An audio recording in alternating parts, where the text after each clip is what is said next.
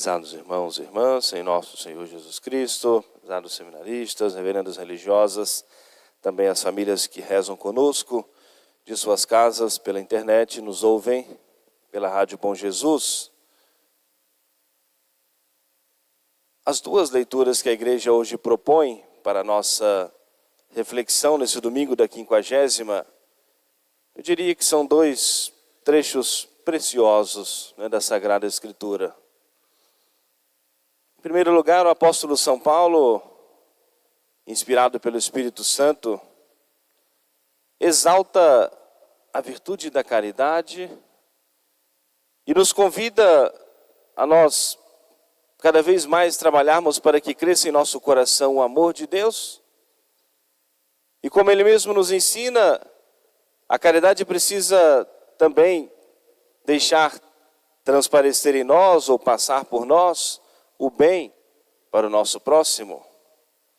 Ele começa de maneira muito grande, exaltando e dizendo que ainda que ele falasse todas as línguas, tivesse todo o conhecimento, as línguas dos homens, dos anjos, se ele não tiver a caridade, se não amar a Deus, nada disso tem valor.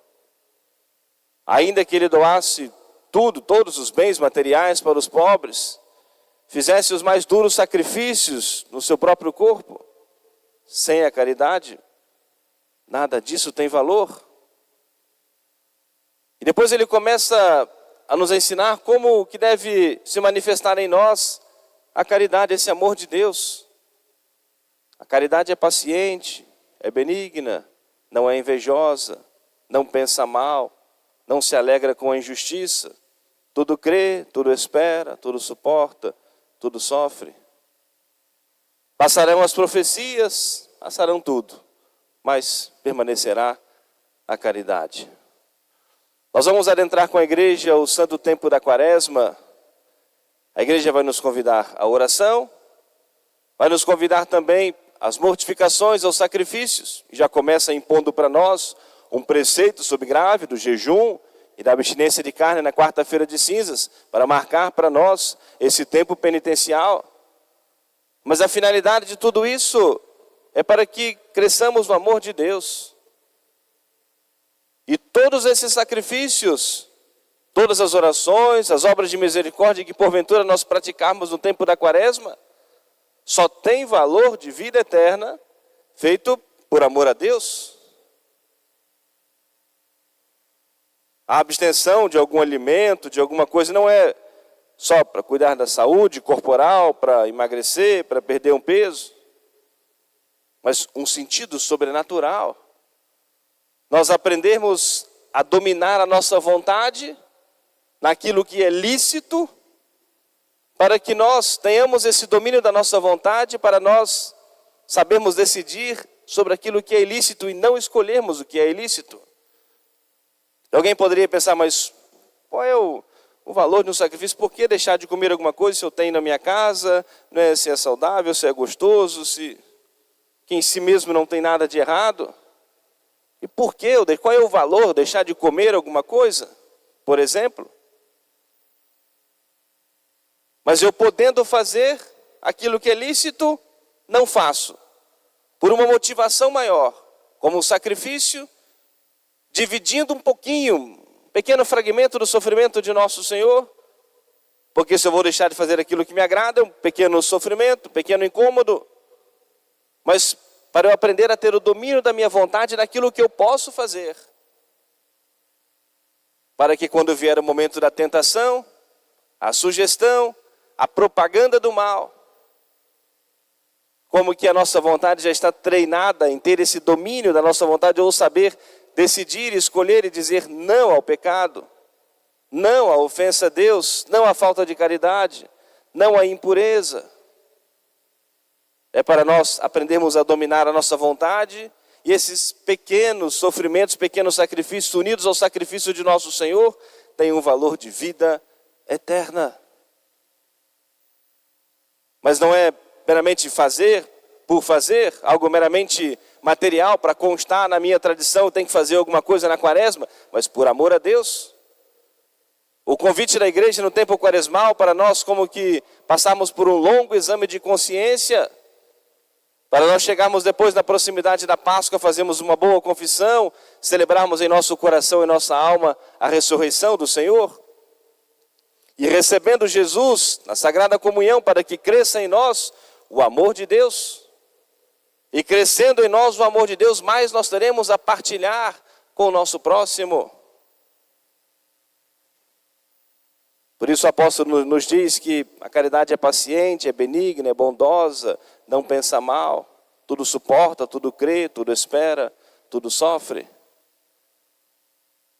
Ao mesmo tempo que crescemos no amor de Deus, precisamos também de alguma maneira expressar isso no convívio com o nosso próximo.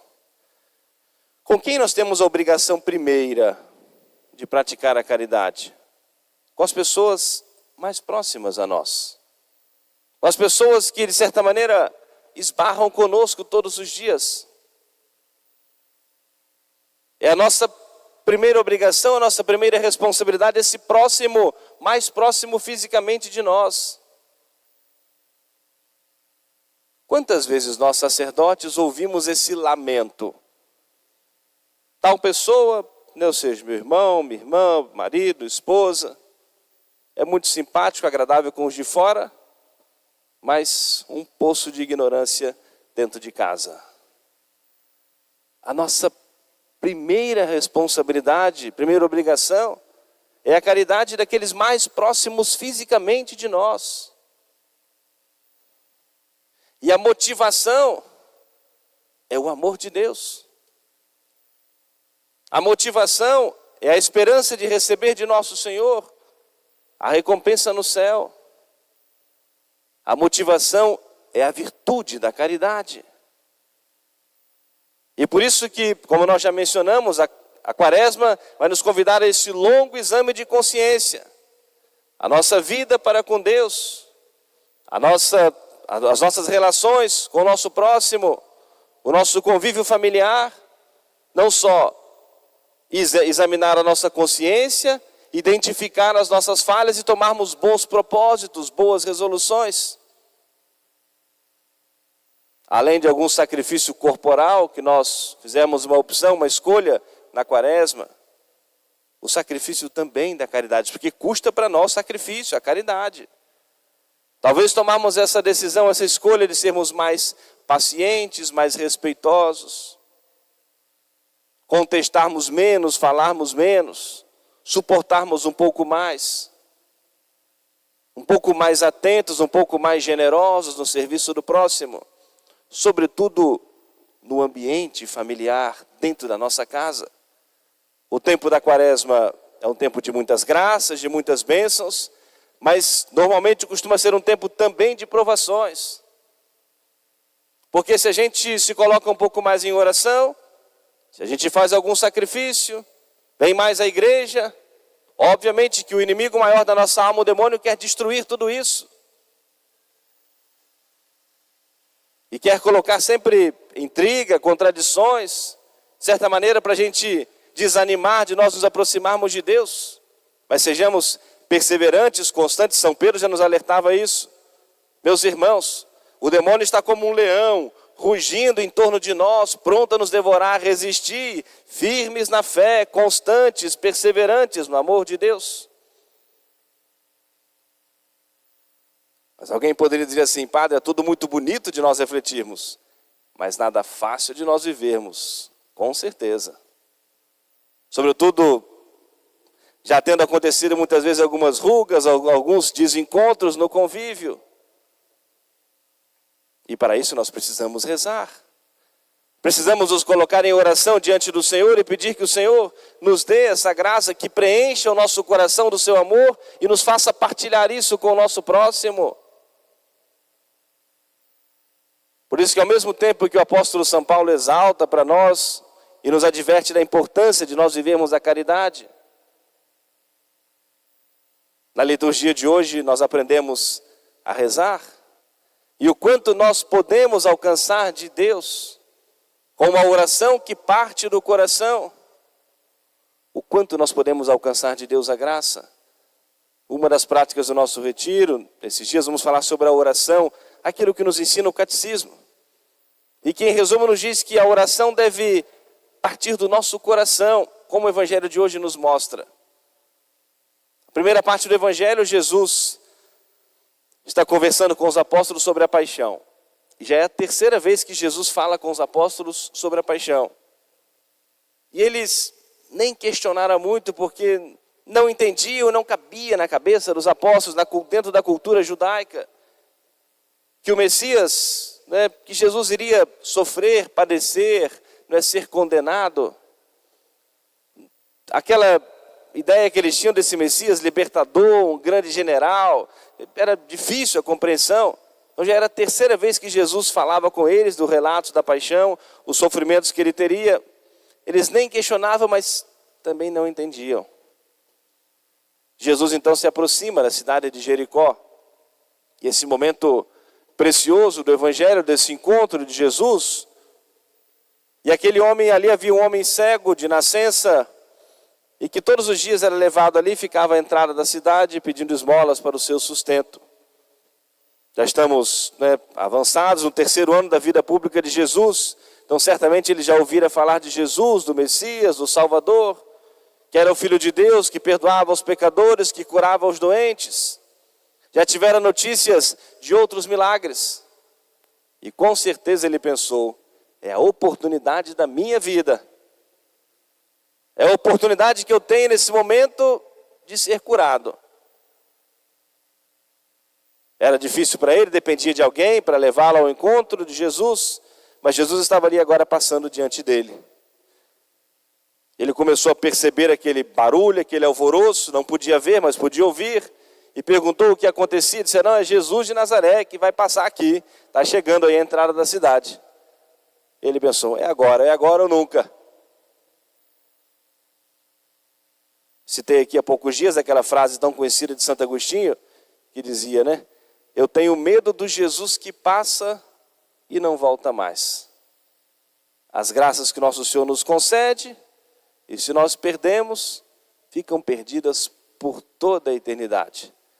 Precisamos esperar de Deus uma nova graça, mas a graça que Ele nos concede hoje, e nós deixamos passar, fica perdida por toda a eternidade. Eu tenho medo do Jesus que passa e não volta mais. Era a oportunidade da vida daquele homem. Ele então começou a gritar, falando com orações messiânicas, Jesus, filho de Davi, tende piedade de mim.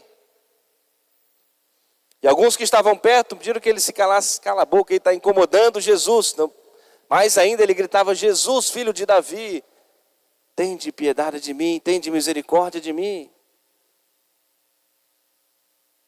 A oração que parte do coração, ela é sempre ouvida e atendida pelo Senhor. Jesus então se aproximou, parou no meio daquela multidão, se aproximou dele e disse, o que queres que eu te faça?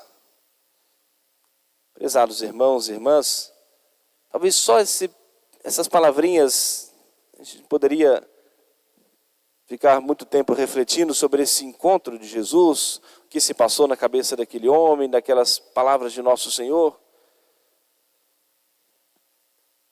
A generosidade, o cuidado, a delicadeza de Jesus com aquele homem simples que era desprezado pelos outros. Está me chamando? Eu estou aqui. O que queres que eu te faça? Quantas vezes a gente gasta muito tempo das nossas orações, às vezes em coisas passageiras, banais, temporais, que nós também podemos pedir a Deus, as coisas materiais, temporais. E às vezes não temos a mesma dedicação para pedirmos a Deus a cura do nosso coração. Ficamos enfermos, fazemos novenas, muitas orações, e podemos e devemos fazer. Hoje é o Dia Mundial do Enfermo, a igreja nos convida a isso. Mas para a cura da nossa alma, para a cura dos nossos defeitos, dos nossos vícios, das nossas fraquezas, das nossas fragilidades, sermos dedicados em suplicar ao Senhor a cura interior.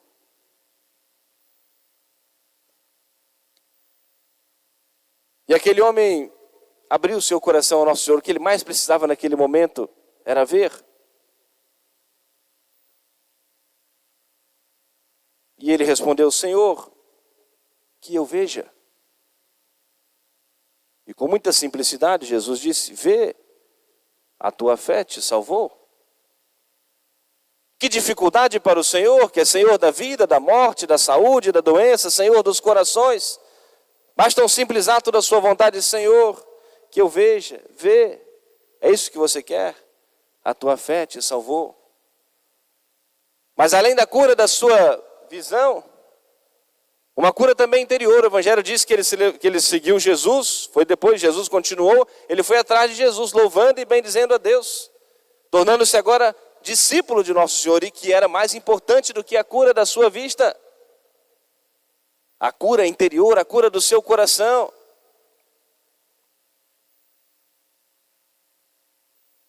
É um autor que faz um comentário, uma oração, dizendo que nós hoje devemos suplicar ao Senhor: Senhor, fazei que eu veja aquilo que vós quiserdes. Suplicamos muitas vezes a Deus que Deus nos mostre, nos dê a resposta do porquê de tal acontecimento, de tal coisa, de tal fato, porquê disso na minha vida. E queremos muitas vezes explicações minuciosas. E devemos suplicar a Deus: Senhor, fazei-me ver aquilo que vós quereis, aquilo que vós quiserdes. Fazei-me compreender aquilo que vós quiserdes. Porque a entrega à vontade de Deus nos dá sempre muita paz, muita serenidade. A certeza de que sempre vai dar certo. Ou aquilo que Deus quer, ou aquilo que Deus age diretamente, ou aquilo que Deus permite. Mas essa entrega à vontade do Senhor. Mas sempre que eu celebro esse domingo, eu gosto sempre de fazer esse convite para nós não retornarmos hoje para as nossas casas, nenhum de nós, sem darmos a resposta a essa pergunta de Jesus a cada um de nós: o que queres que eu te faça? A presença real do Senhor na Eucaristia, no santo sacrifício da missa. E esse mesmo Jesus que se aproximou diante desse homem e de nós, e por meio da igreja, vem renovar essas mesmas palavras diante de nós: o que queres que eu te faça? Qual é a graça mais importante que eu preciso de Jesus para a minha vida hoje? Durante essa Santa Missa, que nós possamos dar essa resposta ao Senhor. Supliquemos a intercessão da Virgem Maria, Senhora de Lourdes. Hoje celebramos a primeira das 18 aparições de Nossa Senhora a Santa Bernadette, em Lourdes, em 1858.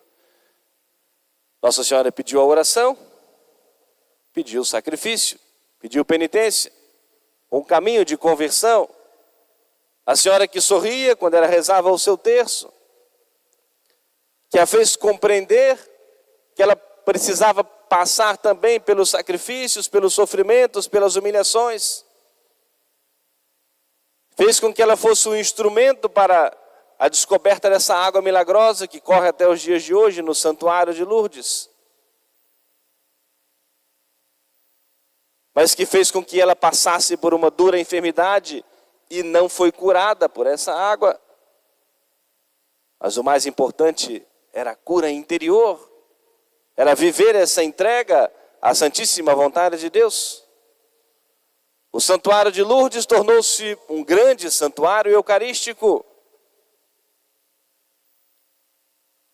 Uma grande quantidade de conversões, curas da alma, curas também do corpo.